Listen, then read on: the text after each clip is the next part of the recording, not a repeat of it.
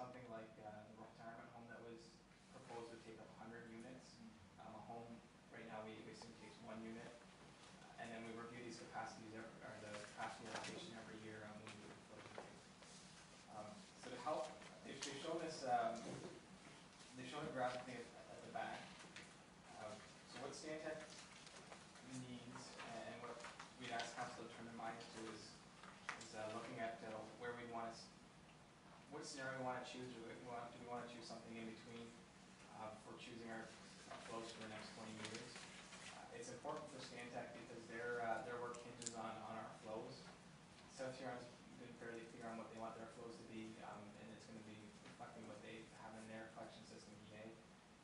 So for Stantec to do their work and decide how big this plant needs to be, council would need to make a decision whether we stay with the 2256 from the master plan, or if we choose the high, the low, or somewhere in between. And during the discussion on Friday, there was a discussion of 1600 being a reasonable flow. No, I just going to say the same thing. 3168, we're looking at 1600 for an average. Yeah. Two reasonable number.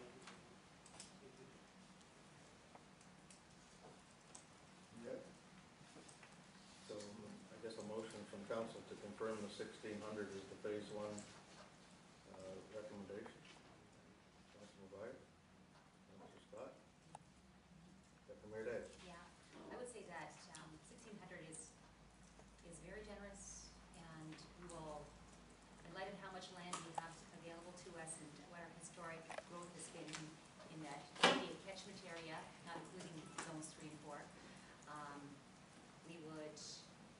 we have no problem staying in the 1600s in the next 20 years, realistically. So that is a very generous number, because even the high is dependent on the growth numbers all the way down to the cut, right? So if we're looking at just in Grand Bend, which is a historic 7 units per year, and that's actually bodes without the statistics as well, right? Because there were only 35 houses built, according to Statistics Canada, in the last 6 years, with statistics released in February this year. So my goodness, plenty, absolutely. Okay. The other thing, the 20-year design protection, that 20 years is flexible.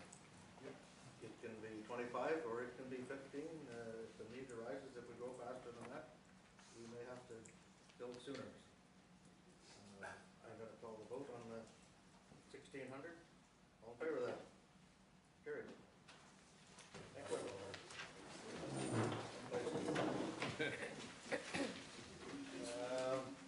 Any other emergent issues?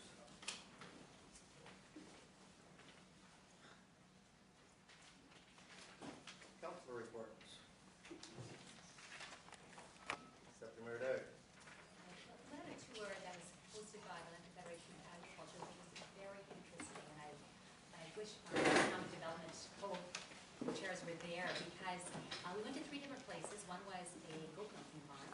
The second was a sugar beet production farm. And the third was an organic, just a 7-year rotation organic farm, which was fascinating. And in each instance, we asked them, what should we as county members be doing with regards to these types of processes? And each of them said that we need more processing locally. And one was at the goat farm, they said we need to be able to process the cheese and cream cheese from goat's milk. At the sugar beet processing farm, they said we need to be able to produce ethanol from sugar beets. And they said that the process for producing ethanol is the same at the beginning in the process as it is for sugar refinement ultimately. So if an ethanol plant is established now, which might be able to be done fairly easily, we could, perhaps in time, move towards a sugar refinement process if we could get through all of the red tape and the obstacles we have, because there's a very strong lobbying force at the federal government for sugars, apparently. And from the bringing in offshore, where it's really easy to bring it in. So, but that was really interesting. In the third farm, the organic farm, said that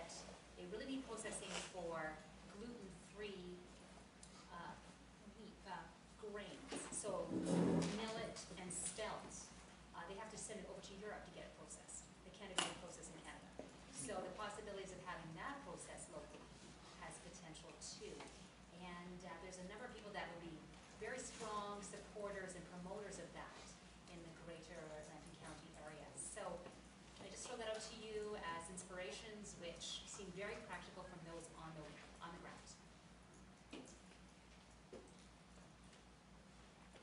Councillor Cook? I attended the Masonic fish fry on Saturday night. It was excellent. They could not believe the size of the fish. One piece for the whole plate. I heard They this. usually use smaller fish, but this was massive. It was amazing. Good crowd. That was nice to see more. It was a pretty good crowd. And as we noted, sidewalks are coming along fine in Arcona. They're in the process of doing the work now. I guess the next tender phase is going to finish the rest of it. Community services are doing the bulk of the corners right now, so everything's accessible right now, Martin. So run right down with your skateboard down. Well, Your helmet. okay. Up front, Couple of things. I've had an email from Bob Sharon's family. Some people may wonder where Mr. Sharon's been over the last few weeks. He suffered a heart attack with some complications. He's currently in University Hospital, having had bypass surgery today, and is expected to recover nicely. So that's just an update on his situation. Secondly, as part of the Lambton Shores Community Association that Councillor McGuire and I attended their AGM on Saturday, Jim Southcott and some other people have put together this fantastic little Grand Bend self-guided historical walk down Main Street. It is absolutely fantastic. I wish there was credit on the back that we could send them and thank them for it. They're in limited supply, but kudos to Jim Southcott and his group, and that's for you in economic development. Third item, I had occasion to meet with Deputy Mayor Dagg in her capacity as acting mayor, and Councillor Scott in her capacity as chair of the Economic Development Committee, with Craig Polcher, who is the owner of J.D. Summer House in Grand Bend. And he would like us to consider waiving the moratorium and allowing him at the very minimum schools in front of his serving area at the front. He would eventually like to go back to tables. He had it for 13 years, and thank you, Clerk McKenzie, for providing me with all this background information. It's been very helpful. For 13 years he operated this before the makeover, and since the makeover there is an area that could accommodate. There's no parking issue with that because it comes out. So I'm just wondering, in the light of his request and saving him time on a delegation, considering that this is our last meeting before August, if we can somehow get staff involved to get their opinion on accommodating at the very least just the school in front of the open window. He can handle whether the permit allows him, liquor permit allows him to serve out on that window, but it will allow, it's wide enough to allow access by. So I'm wondering if we can lift the moratorium before that request for this summer. It is site specific. I mean, some people might make a request to put stuff on the sidewalk, and the answer would be no. He's in a fortunate position where he's got all this room out to the street, plus a very wide sidewalk, so the schools would only take up, a couple of feet at most. Where do we go? Motion to reconsider, we would start with, we have a moratorium. Is it still in effect though? I thought it ended in 11. We referred it to, I believe we referred this to strategic planning for discussion.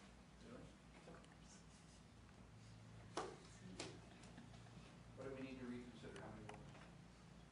2/3. What's 2/3 of 7? 4. 5. Like the advocate said. Round up. So and we're canceling the 17th strategic planning date, I'm just trying to think how we can. 17th was the official planning date, not strategic plan. Yeah. And it's been canceled, the planner's away, and there's